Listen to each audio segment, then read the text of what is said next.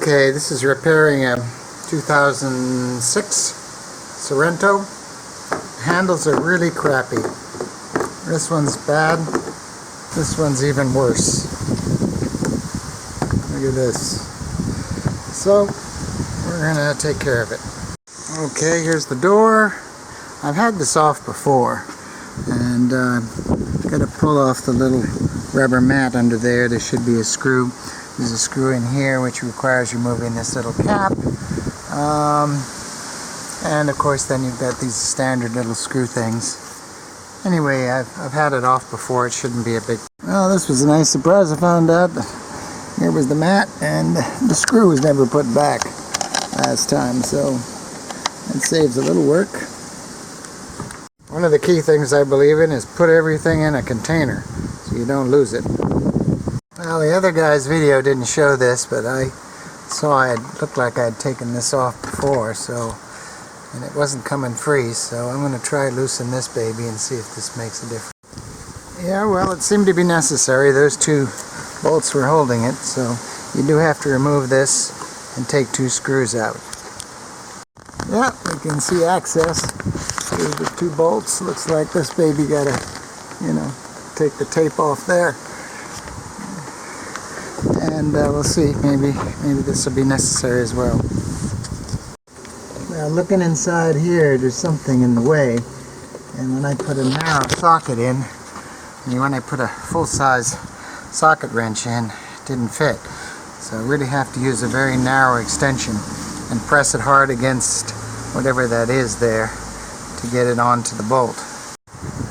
Okay, I'm loosening this clip now to get this rod loose. This clip should push in and then out and off. There you go. Okay, that's looking a little better. Okay, I used this to pry out the key switch. Looking at the replacement, it looks like this part here busted. And that's it there, still stuck on the rod. So that's got to come off and tie into this green piece. Okay, we're attached.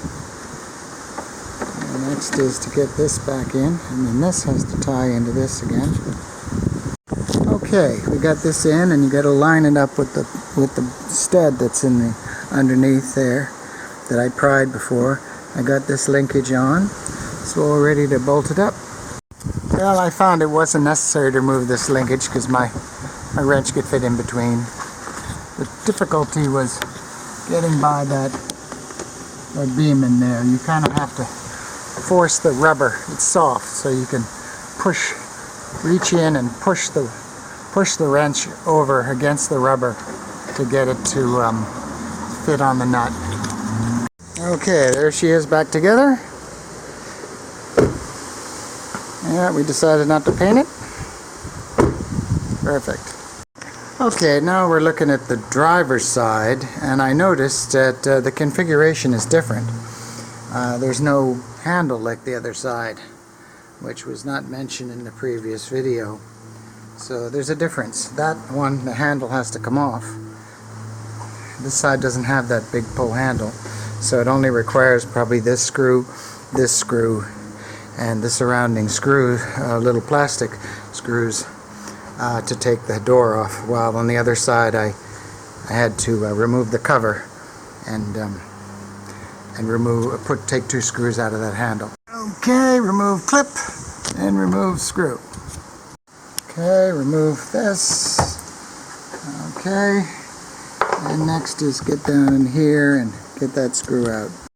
Okay, so there's a screw. The rubber was giving me a little trouble coming out. You got to get a narrow screwdriver and pry it out. Just a note here, this one's a longer size, and the other size for the front are smaller. So remember, the back end has the longer ones. Well, on this side I grabbed really hard and pulled here to get the corner loose. Instead of prying here, I just managed to pull there.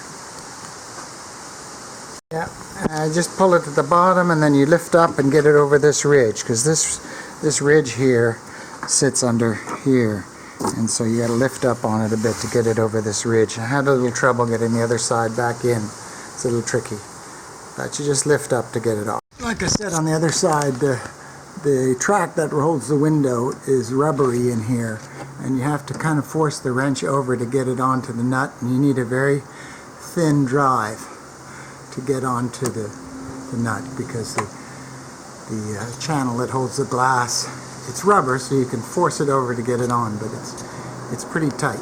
One of the key issues is not to drop the nut. I almost dropped the nut. Okay, just 3 bolts. This cap's got to come off, and that's the last 3 bolts to get the handle out. Okay, it's a little short here with the wire. It's a good idea to push in this clip and give yourself some slack. You might even unplug here to give yourself plenty of slack to work. Best to reach in underneath to get this one. Okay, 2 linkages have to be released. This is one of them. Right there. And this one here, this I may have to use both hands. Okay, then under here I pry to get the lock out. Okay, there we go. That's how she was. This end had a problem. It was doing like that. Yeah, I just pressed it into the thing and make sure that bolt lines up with the hole, and press that baby in. Just got to put on the linkages. Okay, linkages are on. Now this is a little tricky. You got to kind of twist it a little bit to get that baby in there. But once that's in, you just got to make sure. Make sure your gasket is or your some kind of seal they got there is lined up, and press it in. I think I'm going to need 2 hands. Okay, we're all back together. Thing covered. This put back. New handle. Working perfectly. There we go.